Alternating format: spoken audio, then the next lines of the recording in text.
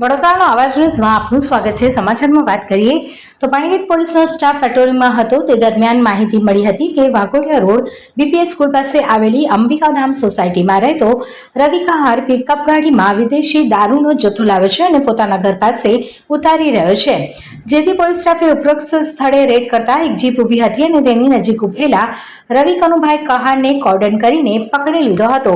પોલીસે જીપ તથા આરોપીના ઘરમાંથી દારૂની 1268 બોટલ કિંમત ₹2.62 લાખની કબજે કરી હતી। પોલીસે દારૂ, જીપ, મોબાઈલ ફોન મળી કુલ મુદ્દામાલ કબજે કર્યો છે। જ્યારે જીપનો ડ્રાઈવર દિનેશભાઈ રહે સેલવાસ ભાગી ગયો હોય પોલીસે તેને વોન્ટેડ જાહેર કર્યો છે।